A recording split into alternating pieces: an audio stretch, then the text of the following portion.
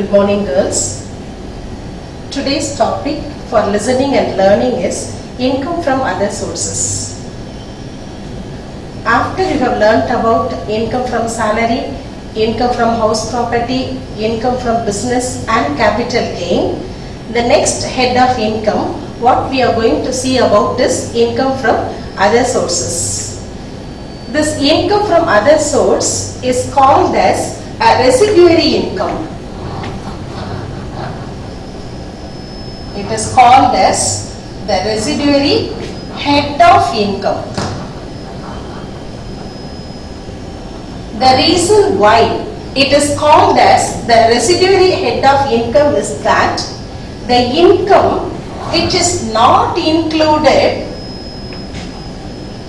under income from salary, house property, business and capital gain should be included under income from other sources. So the main point is the income what has not been included under other heads of income should be included under income from other sources. That's why it is called as a residuary head of income. So to understand what are all the income to be included under the head income from other sources, or what we can say as the taxable income under income from other sources are listed in a simple format. A simple format is prepared to understand the taxable income under the head income from other sources. So now we are going to see all income taxable under income from other sources from the format.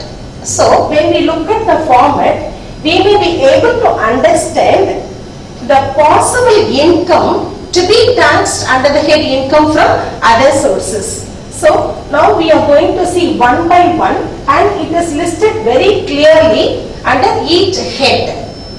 So again I tell you, we are going to study the taxable income or the income that ought to be taxed under the head income from other sources. The first income we are going to see is dividend income. So when we talk of dividend, there are two concepts regarding the dividend. One is dividend from Indian company and the other one is dividend from a foreign company. When we talk of the dividend from the Indian company, we can say that dividend from an Indian company is always exempt from tax. It is not at all taxable. It is exempt from tax.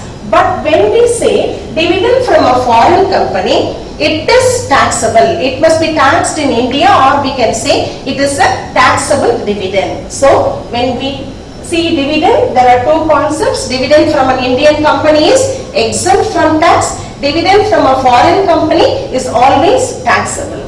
And secondly, the important aspect for the taxable income, that is under regarding the taxable income under the income from other sources, the interest on securities. So when we study the interest on securities, we should focus on interest on debentures and interest on listed securities. So when we talk of interest, it is a very important concept and we should understand the concept of interest also very clearly. So I expect every student to listen to this concept with more concentration, and you have to understand very clearly the concept of interest, because interest on debentures, securities, and also the next one what is given in the format is the casual income. So every student should pay more attention for the computation of interest on debentures and securities and for the calculation of the casual income. First of all, we are going to see what is the interest on securities. So when we talk of the interest on securities, and before we pass on to the computation of interest on securities, first of all we have to understand what the term TD is. What is TDS? TDS means tax deducted at source. TDS means tax deducted at source. So the meaning is that tax deducted at source means at the point of source, or we can say that when a money is received from a source, or when the assessee receives the money, at that point itself tax will be deducted.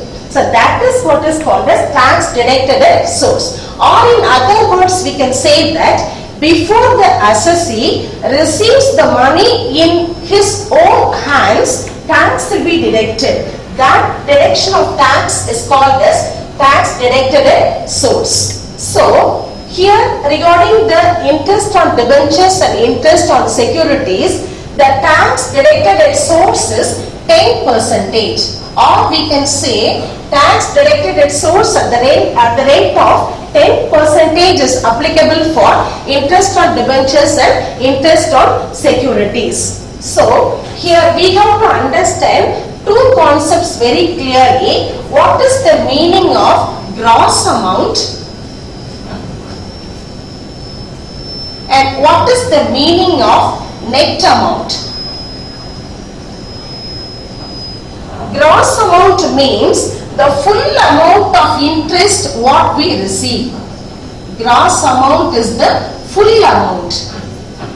The full amount of interest on securities and the full amount of interest on debentures what the assessee is expected to receive. That is what is called as gross amount. And what is net amount? Net amount is after deducting tax. After deduction of tax at the rate of 10%, what we receive will be the net amount. So after tax amount is the net amount. After tax amount is the net amount. Gross amount is the full amount of interest on securities or interest on debentures, whatever is the case. What is expected to be received by the assessee is the gross amount. After deduction of tax at the rate of 10%, the balance of money what is received actually in the hands by the assessee is called as the net amount. So I think all the students have understood the concept of TDS and what is gross amount and what is the net amount. So I repeat, TDS is tax deducted at source. For interest on securities and debentures, the tax deducted to be deducted at source is 10%.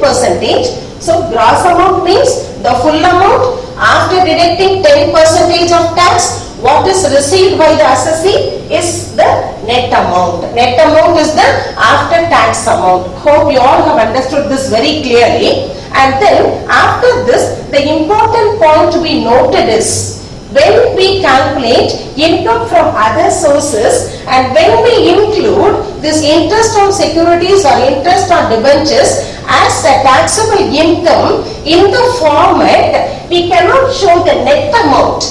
We have to show the full amount what has been expected to be received by the assessee. We cannot take the net amount.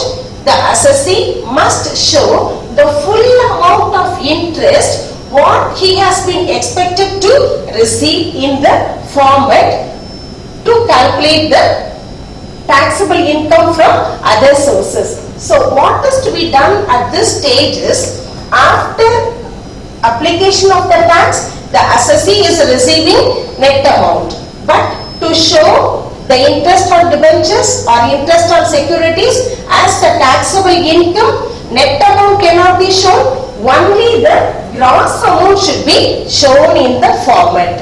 So to gross it, or we can say we are converting the net amount into gross amount. So for conversion or for grossing, the following formula is applied. So I repeat again. When we receive interest on securities or interest on debentures, after deduction of tax at the rate of 10% only, the money will be received. That money is called as the net amount. We cannot show the net amount for the computation of tax liability and again income from other sources. We have to show only the gross amount. So we have to do the conversion. That means we are going to gross it. or we say grossing up. Any term we can say. We can use any term. So now we are going to gross the net money what we have received. So for grossing up of the interest, the following formula is used. So before that I can highlight one point. Gross is equal to 100%. Net is equal to 100 minus 10 is equal to 90%. Gross is the full amount, so it is 100%. Net is after deduction of tax at the rate of 10%. So what we receive is, what the assessee receives will be 90%. So to gross it, we apply the formula, or to grossing up of interest, we apply the formula, and I can say at this point, we are receiving the net amount at 90% of interest. So for 90%, this is the net amount received. This is the net amount of interest. This is the net amount of interest received. Therefore, for 100. This is the formula to be used for grossing up of the interest on securities or interest on debentures. So what is the formula to be followed for grossing up of interest on securities or debentures? The formula is to gross it, that means to gross up the interest. The formula is net amount of interest received divided by 90 into 100. The understanding of the formula is the money what has been received by the assessee by way of interest on securities or interest on debentures is 90%. So for 90%, this is the net amount received. Therefore for 100, what is the amount? So this is the way we are going to gross it, or we are going to convert the net amount of interest into gross amount, and that gross amount should be taken under income from other sources for the computation of total income under income from other sources. I hope you all have understood the concept very clearly. Have you all understood, girls? Have you understood the concept of TDS? Have you understood the concept of grossing up of interest and interest on securities? And look at the format given to you, and the format is simplified. It's a very simple format for the easy understanding of the students. And after studying about dividend and interest on securities, the next income we are going to see about is casual income. So casual income means any income what is received by the assessee from winning from lotteries, winning from card games, winning from horse race, winning from crossword puzzles, winning from gambling, and also betting. So these income are called as casual income. So the casual income is included under income from other sources because it cannot be included under any other head of income. The procedure or the rule what has been applied for interest on debentures and securities is also applied for winning from lotteries, card games, horse race, etc. The same rule is applicable as that of interest on securities. The only difference between grossing up of interest on securities and grossing up of casual income is the rate of tax. The rate of tax, TDS, the difference is only in the TDS. So now we are going to see how are we going to gross up the casual income. So here also again I say the gross amount is the full amount. Gross amount is the full amount. And the net amount is the after tax amount. So the tax TDS for casual income winning from lotteries, card games, horse race, crossword puzzle, gambling and betting. So that means students, you have to by heart or you have to understand and take it to your mind very clearly what are called as the casual income. So all these income in our day-to-day life we come across. So you may be familiar with all these type of casual income. So you can remember very comfortably also. So for the case of casual income also, applying the same rule as we have applied for interest on securities, we are going to apply gross amount is the full amount. But the only difference is for interest on securities, TDS, the tax deducted at source is 10%, but for casual income, the TDS is 30%. TDS at the rate of 30% is applicable for casual income or any winnings, what we call as. Okay, so after deducting tax at the rate of 30%, what you arrive will be after tax amount, which we call as the net amount. Here also the same rule is applied as we have done for interest on securities. There also we have grossed it. Here also we cannot take the net amount after tax amount for computing for including this item casual income under income from other sources. So we have to gross it. The same formula is applied here. So to gross up, the formula to be applied is, as I said earlier, here the concept is gross is equal to 100. Gross is equal to 100. And what is TDS for casual income? The TDS is 30%. So the balance is only 70%. That means the net amount what is received by the assessee in his hands will be only 70%, not 100%. Full amount 100% is gross. And what is the tax deducted at source for casual income? 30%. After deduction of TDS, tax deducted at source at the rate of 30%, the remaining balance only 70% is received by the assessee. Here also the same thing. When you include casual income as one of the incomes in the statement for computing income from other sources, we cannot take the net amount.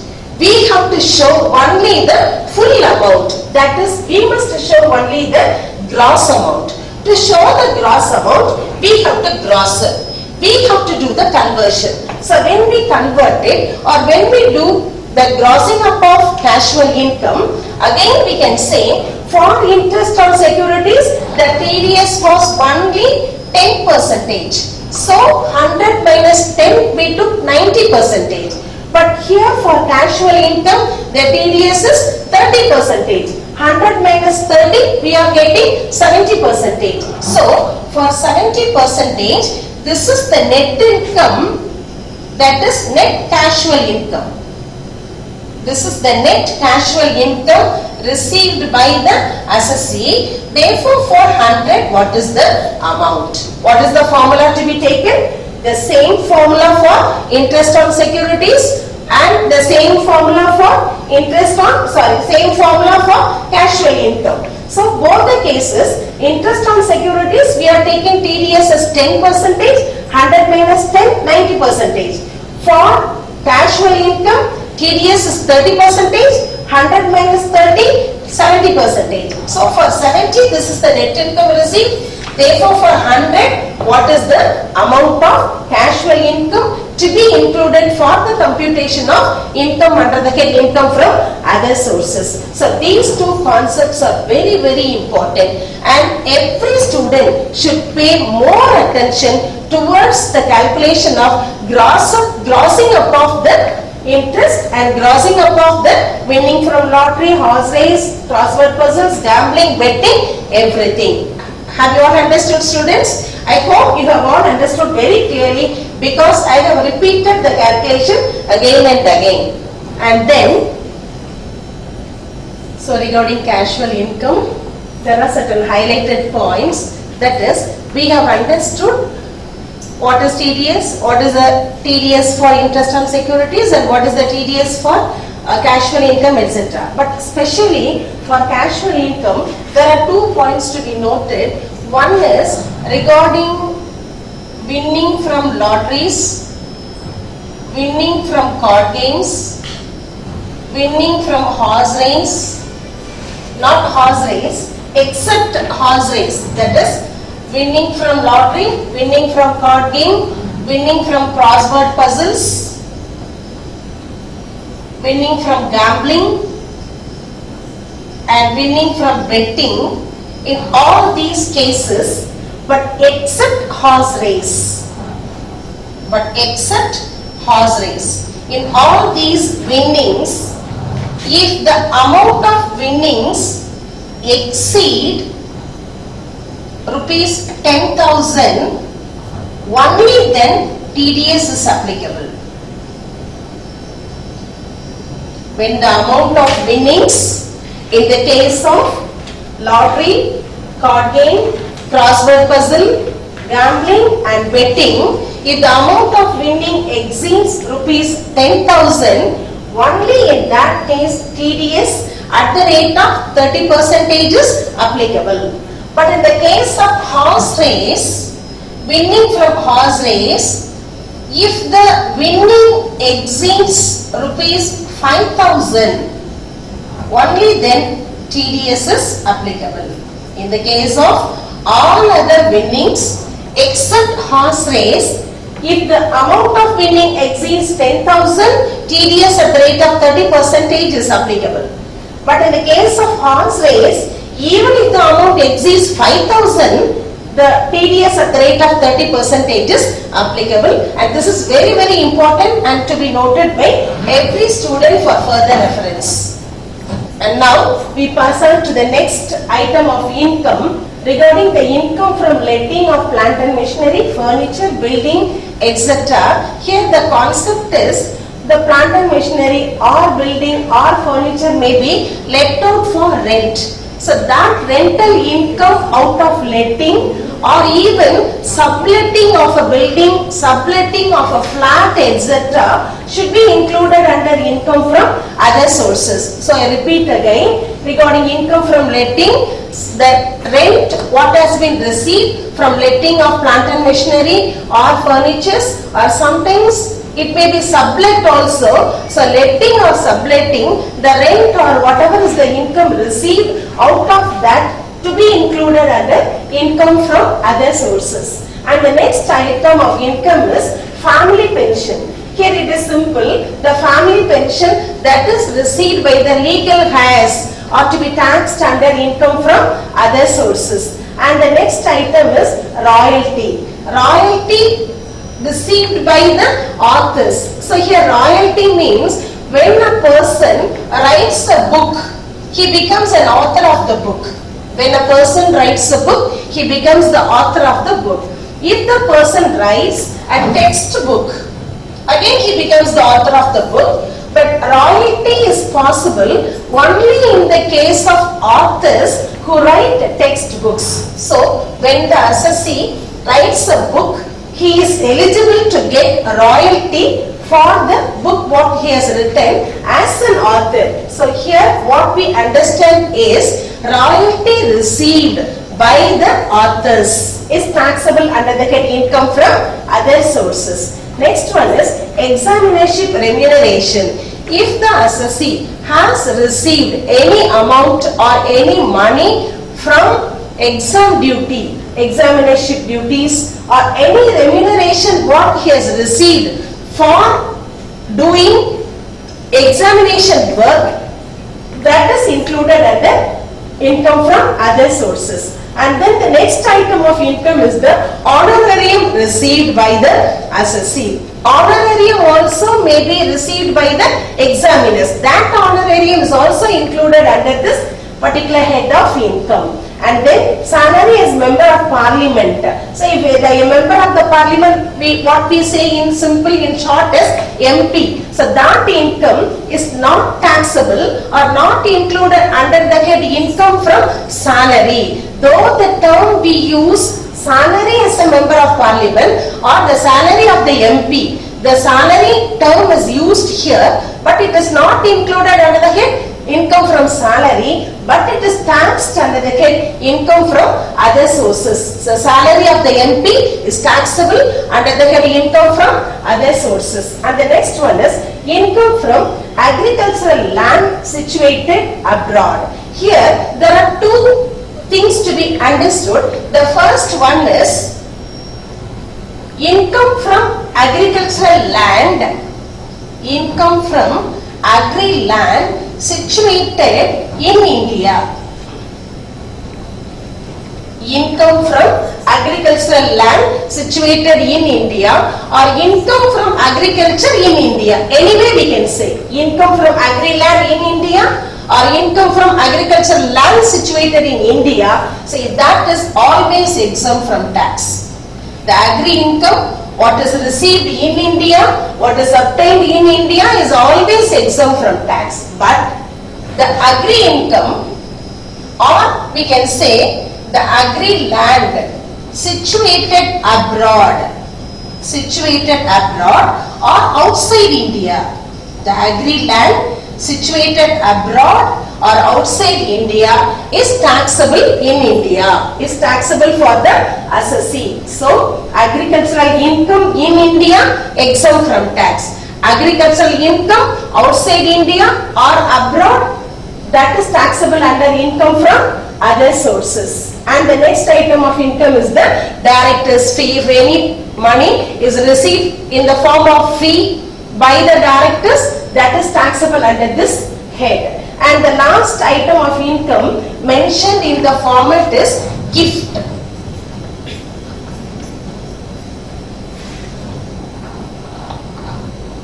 So now we are going to see very clearly about a gift or gifts. Gifts may be in kind or in cash. Anyway, any form of gift is taxable under the head income from other sources. So regarding gifts, there are 3 points to be understood for gifts. One is gift from family members. And the next one is gift from friends.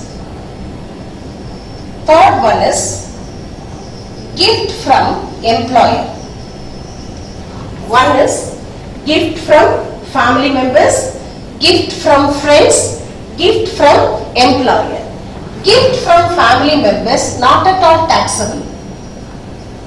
It is not taxable. Gift from family members is not at all taxable. Gift from friends always taxable. It is always taxable. So hope you all understand very clearly. And there are certain controversial points regarding gifts. So I have given very clearly here. Only what is highlighted here we will apply. And if any other points, any other ways the gift is mentioned in the problem, the students need not worry about it, because these 3 points should be concentrated and given attention. So gift from family members not taxable, that is enough to know about it. And then gifts from friends always taxable, but here there is a ceiling or there is a limit. If the amount of gift exceeds rupees 50,000, only then it becomes taxable. If the gift amount is less than 50,000 rupees, then it is not taxable. It need not be shown under the head income from other sources. So please keep in mind very clearly, gift from friends is always taxable, but there is a limit for that gift. If the amount of gift exceeds rupees 50,000, it is taxable, otherwise it is not taxable. And the third one is gift from employer. Gift from employer is not taxable here. It is not taxable here because this gift from employer is taxable under the head income from salary.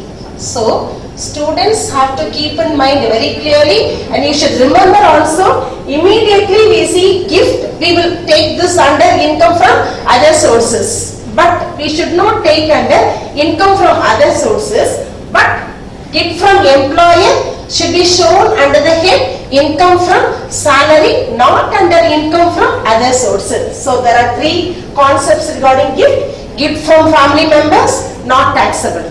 Gift from employer, not taxable here, but under salary. Gift from friends, it is always taxable, but there is a ceiling or there is a limit. If the amount of gift exceeds rupees 50,000, only then it becomes taxable under the head income from other sources. So now we have taken all items of income regarding the computation of income from other sources. So here, let us sum up from the beginning what are all the income to be included under income from other sources. One is dividend income from Indian companies exempt, from abroad foreign company is taxable. And interest on securities and casual income, the same rule is applied. TDS is applicable for interest on securities at the rate of 10%, and for casual income or winning from lottery, card game, horse race, betting, gambling, etc., it is at the rate of 30%. So we have to gross for interest on securities and winning from lotteries. For grossing, we apply the formula. For interest on securities, it is grossed at 10%. So net amount divided by 90 into 100. For casual income, net amount divided by 70 into 100. These are the two important highlighted aspects of income to be shown under the income from other sources. More concentration should be given by the students for the computation of grossing up of the value of interest and the casual income. And then we go to income from letting and subletting will be included. Family pension by the legal heirs, royalty income by the author, examination remuneration by the examiners, honorarium received by the examiners or any other honorarium, salary of the MP, then income from agri-land in India exempt, abroad or outside India taxable, and director's fee, what is received as fee by the directors becomes taxable. And gift, regarding gift, only gift from friends is taxable, and the permissible level or the limit is only 50,000. Beyond that it is taxable. And gift by family members not taxable. Gift by the employer is also not taxable. I hope you all have understood very clearly the concept of income from other sources and the items of income to be shown under the head income from other sources. And I thank every student for proper listening of the class.